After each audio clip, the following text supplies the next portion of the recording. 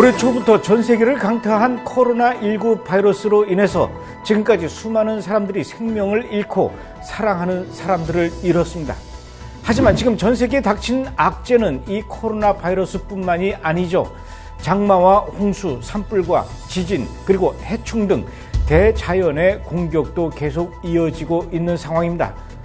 인류는, 그리고 사람들은 이 난관을 헤쳐나가기 위해서 서로 머리를 맞대면서 노력하고는 있지만 분명한 것은 지금 우리는 그 어느 때보다도 급격한 변화의 시대에 살고 있다는 것입니다. 다만 그 나아가는 방향이 과연 옳은 길인지 하나님의 뜻인지 그것을 분간하기가 어렵다는 것이죠. 과연 우리는 지금 어디를 향해 나아가고 있는 것일까요? 그리고 이때 하나님께서는 우리를 향해 무슨 말씀을 하고 계시는지 나팔절과 대속죄를 지나서 초막절을 앞둔 지금 브레드 브리핑에서 살펴보고자 합니다.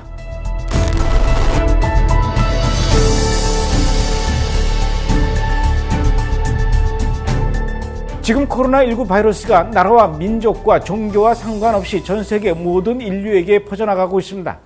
지금 전 세계의 코로나 바이러스 확진자 수가 2,900만 명을 넘어서 3천만 명을 향해서 달려가고 있고 사망자 수는 조만간 100만 명에 달한다고 합니다. 지금도 매일매일 확진자 수와 사망자 숫자는 증가하고 있죠. 미국의 빌 게이츠는 자신이 설립한 민간 자선단체인 빌 앤 멀린다 게이츠 재단에서 매년 발간하는 보고서에서 말하기를 바이러스가 발생한 이후 25주 만에 세계 보건 상황이 25년 전으로 돌아갔다고 합니다. 뿐만 아니라 이 코로나 바이러스는 22년이나 돼야 비로소 끝을 본다고 하죠. 모든 인류가 바이러스 백신과 치료자가 나오기만을 손꼽아 기다리고 있습니다. 하지만 과연 백신과 치료자가 나온다고 해서 우리가 바이러스에서 완전히 해방된다는 것일까요? 글쎄요. 놀랍게도 팬데믹이 또 온답니다. 세계보건기구 총재가 지난 9월 14일에 발표한 연례 보고서에서 우리 인류는 곧 닥칠 또 다른 팬데믹에 대비해야 한다고 이렇게 주장을 했습니다. 지난해 세계보건기구가 펴낸 첫 번째 보고서에서는 앞으로 새로운 호흡기 전염병이 번질 가능성이 있기 때문에 인류는 이에 대비해야 한다. 제대로 준비하지 않으면 수백만 명이 목숨을 잃을 수도 있고 세계 경제에도 아주 심각한 혼란을 가져올 것이다. 이렇게 경고했었는데 그때는 코로나 바이러스가 창궐하기도 전이었습니다. 그런데 이 예상이 지금 정확히 맞아떨어졌습니다. 그러니까 그로부터 1년 뒤인 지금 세계보건기구가 하는 말도 절대로 무시할 수는 없다는 얘기죠. 거기에다 우리나라 질병관리본부에서도 똑같은 말을 하고 있지 않습니까?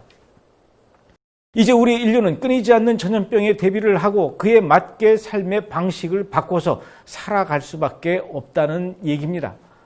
그런데 전염병뿐만 아니라 우리는 지금 전 세계적으로 이제까지 경험해 보지 못했던 대자연의 엄청난 공격을 맞이하고 있습니다. 우리나라부터 볼까요? 지난 6월 24일부터 시작된 장마가 8월 16일까지 54일간 이어졌었습니다. 8월 들어 하루 강수량이 150mm가 넘는 지역이 거의 매일 있었지요. 이미 여러분들도 뉴스를 통해서 보셨듯이 얼마나 많은 피해를 입었습니까? 수해로 피해를 입었는데 그 물기가 마르기도 전에 또다시 비가 내리고 난리도 이런 난리가 없었습니다. 우리만 그랬을까요?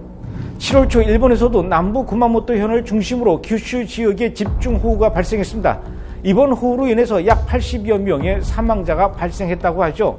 당시 일일 호우량이 약 500mm에 달하는 곳들도 있었는데 한국의 연평균 강우량이 1240mm인 것을 감안하면 한국의 반년치 분량의 비가 규슈 지역에 한꺼번에 쏟아져 내린 것입니다.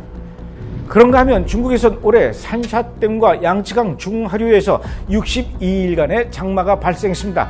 경제 손실액은 우리 돈으로 약 30조 원을 넘어섰다고 합니다.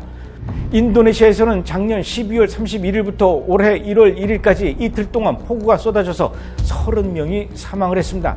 인도도 홍수로 3만 6천 명 이상이 가옥 침수와 붕괴로 피해를 입었다고 합니다.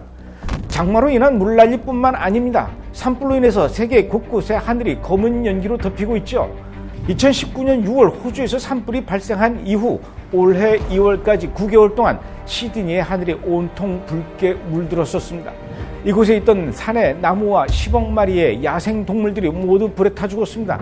당연히 사람들의 집도 5,900채나 모두 불에 타버렸습니다. 러시아를 볼까요? 러시아 동북부 도시 베르호얀스크는 전 세계에서 가장 추운 도시 중에 하나로 한여름에도 겨우 20도를 넘기는 곳입니다. 하지만 올 여름 이곳에서 이변이 일어났습니다. 지난 6월 20일 기온이 38도 그리고 41도까지 올라갔고 결국 건조해진 시베리아 벌판에 산불이 일어나서 6월 한 달 동안 한반도 면적의 3분의 1을 모두 태워버렸죠. 지금 미국의 서부 캘리포니아에서도 산불이 치솟고 있습니다.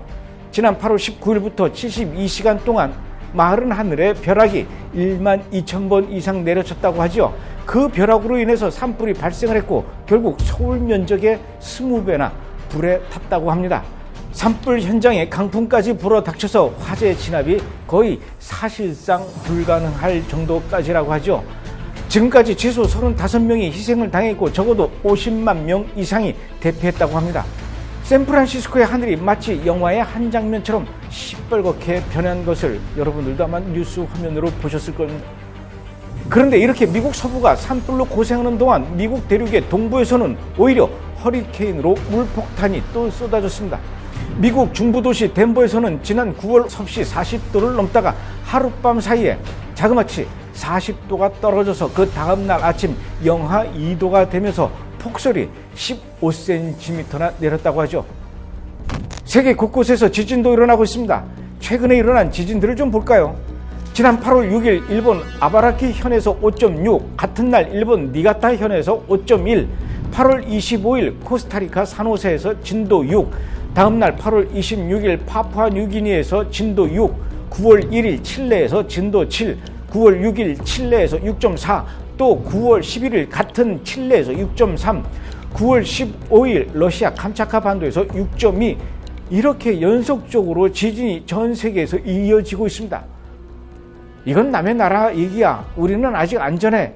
혹시 여러분 이렇게 생각하십니까? 정말 그럴까요? 우리나라도 4년 전인 2016년 경주에서 규모 5.8의 지진이 일어났었고 2017년도엔 진도 5.4 규모의 지진이 바로 포항에서 일어났었죠. 이때 건물과 주택이 무너지면서 많은 인명피해가 일어났고 또 수십만 명의 이재민들이 발생했습니다. 2020년 금년 상반기만 해도 우리나라에서 지진이 607번이나 일어났습니다. 규모 2.0 이상만 자그마치 46번입니다. 우리가 살고 있는 한반도도 이제는 절대로 지진에서 안전지대가 아니라는 얘기죠. 그런가 하면 출애굽기에 재앙을 연상시키는 메뚜기 떼가 출몰하고 있습니다. 올해 들어서 케냐, 에티오피아, 우간다, 인도, 이란, 사우디아라비아, 브라질, 아르헨티나, 중국 등 아프리카와 아시아, 중동, 남미, 전 세계 여러 대륙의 수십 개 국가에서 수억만 마리의 메뚜기 떼가 대거 몰려오면서 모든 것을 먹어치우고 있습니다.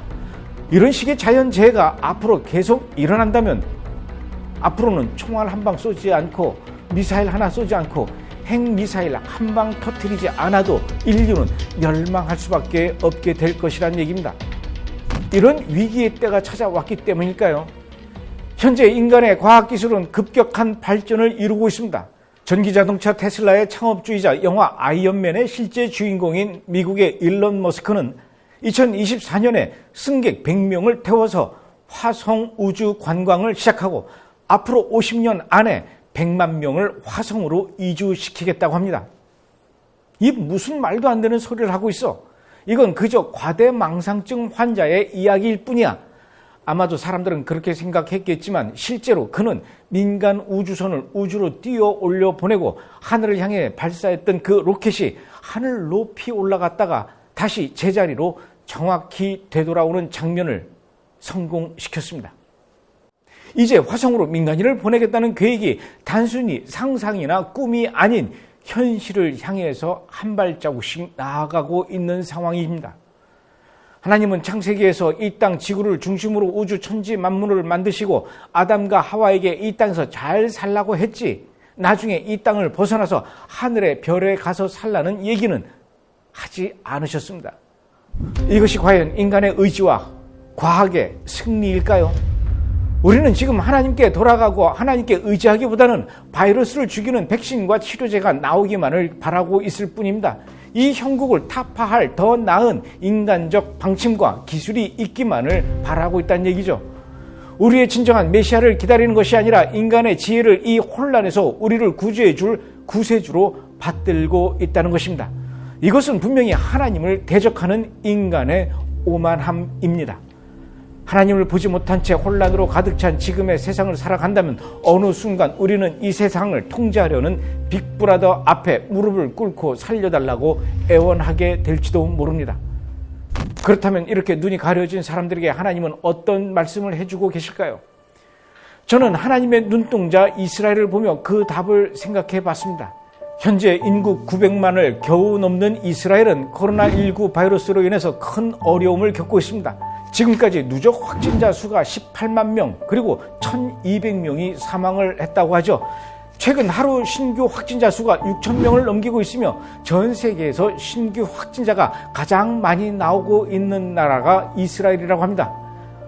이런 확산세를 막기 위해서 지난 9월 18일 이스라엘은 3주간의 전국 봉쇄령을 내렸습니다. 그날은 바로 나팔절 전야였죠. 즉 나팔절 전야부터 대속죄일과 초막절까지 이어지는 대절기 기간 동안 이스라엘 사람들은 집 밖으로 1km 이상 나올 수 없다는 것입니다. 하나님께서는 왜 다른 날도 아니고 이 기간에 이스라엘 국가 전체를 봉쇄하신 걸까요? 세상의 온갖 일들로 인해서 눈과 귀가 그리고 마음과 생각이 복잡한 가운데 모든 것을 멈추고 집안에서 하나님을 독대할 수 있는 기회를 주신 것 아닐까요? 지금 전 세계를 보십시오. 마지막 때에 대한 수많은 징조가 있지 않습니까? 마른 하늘에 날벼락이 수만 번 내려치고 여기저기서 홍수와 장마가 일어나고 지진으로 땅이 갈라지고 집이 무너지고 전염병이 창궐해서 수많은 사람들이 죽고 있습니다. 이렇게 끊이지 않는 징조들을 보면서 여러분은 무엇을 하고 계십니까? 이 기간 동안 우리는 잠시 발걸음을 멈추고 의도적으로 전폭적으로 철저히 하나님 앞에 회개해야 합니다. 그리고 정말 우리가 주님의 재림을 기다리는 신부의 자세가 되었는지 이 기간 동안 점검해 봐야 합니다. 지금 우리는 나팔절과 대속죄를 지나 사흘 뒤인 10월 3일부터 초막절 기간에 들어가게 됩니다. 앞서 회개의 시간이 지나고 하나님께서는 우리에게 초막절 7일 동안 즐거워하라고 명령을 하셨죠. 전염병으로 인해서 마음대로 오도 가도 못하는 지금 여러분은 즐거워하실 수 있겠습니까? 제가 앞서 말씀드린 그 모든 상황을 듣고 보고도 여러분은 과연 즐거워하실 수 있겠습니까? 이 두렵고 떨리는 상황들 가운데서 우리가 과연 하나님의 명령처럼 기뻐할 수 있을까요? 네, 즐거워할 수 있습니다. 기뻐할 수 있습니다. 신명기 16장 15절에서 하나님께서 말씀하십니다. 네 하나님 여호와께서 네 모든 소출과 네 손으로 행한 모든 일에 복 주실 것이니 너는 온전히 즐거워할지니라. 이때야말로 지금까지 누려왔던 크고 작은 모든 것이 당연한 것이 아니라 하나님의 은혜였음을 깨달을 수 있는 시간이며 매일 아침 우리가 눈을 뜨고 숨을 쉴 수 있는 것 또한 하나님의 주권임을 다시 한번 더욱 깊이 인정할 수 있는 시간들입니다. 광야에서 이스라엘 백성들을 불기둥과 구름기둥으로 인도하시고 매일매일 만나와 메추라기로 그들을 먹이시며 그들의 모든 것을 책임지셨던 하나님께서 오늘날 마지막 때에 환난을 마주하고 있는 우리에게 동일하게 행하실 것을 믿습니다. 이것을 알고 있는데 어떻게 즐거워하지 않고 기뻐하지 않을 수 있겠습니까?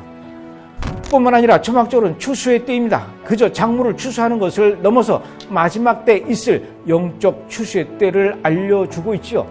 예수님께서 말씀하신 밀과 가라지의 비유를 보면 더욱 명확해집니다. 이에 예수께서 무리를 떠나사 집에 들어가시니 제자들이 나와 이르되 밭의 가라지의 비유를 우리에게 설명하여 주소서. 대답하여 이르시되 좋은 씨를 뿌리는 이는 인자요 밭은 세상이요 좋은 씨는 천국의 아들들이요 가라지는 악한 자의 아들들이요 가라지를 뿌린 원수는 마귀요 추수 때는 세상 끝이요 추수꾼은 천사들이니 그런즉 가라지를 거두어 불에 사르는 것 같이 세상 끝에도 그러하리라. 인자가 그 천사들을 보내리니 그들이 그 나라에서 모든 넘어지게 하는 것과 또 불법을 행하는 자들을 거두어내어 풀무불에 던져 넣으리니 거기서 울며 이를 갈게 되리라. 그때 의인들은 자기 아버지 나라에서 해와 같이 빛나리라. 귀 있는 자는 들으라. 우리 믿는 자들에게 마지막 때는 심판받는 두려운 때가 절대 아닙니다. 우리에게 마지막 때는 추수꾼들에게 수확되어지는 기쁜 추수의 때라는 것이죠. 우리는 예수님을 통해서 하나님의 자녀가 되어서 밭에 뿌려진 좋은 씨가 되었기 때문입니다. 그래서 마침내 아버지 나라에서 해와 같이 빛날 것이기 때문입니다. 그리고 이 추수의 기쁨이 우리에게만 있지를 않길 원합니다. 이번 초막절 기간 동안 코로나19로 인해서 그리고 전국 봉쇄로 인해서 집안에서 머물고 있는 이스라엘과 그리고 전 세계 사람들, 아직 하나님의 추수에 참여하지 못한 사람들이 예수님을 만나는 큰 수확을 거두길 원하며 이미 그 추수에 참여한 자들로서 여러분이 함께 기도해 주시길 간절히 부탁드리고 원합니다. 이번 주 브레드 브리핑이었습니다.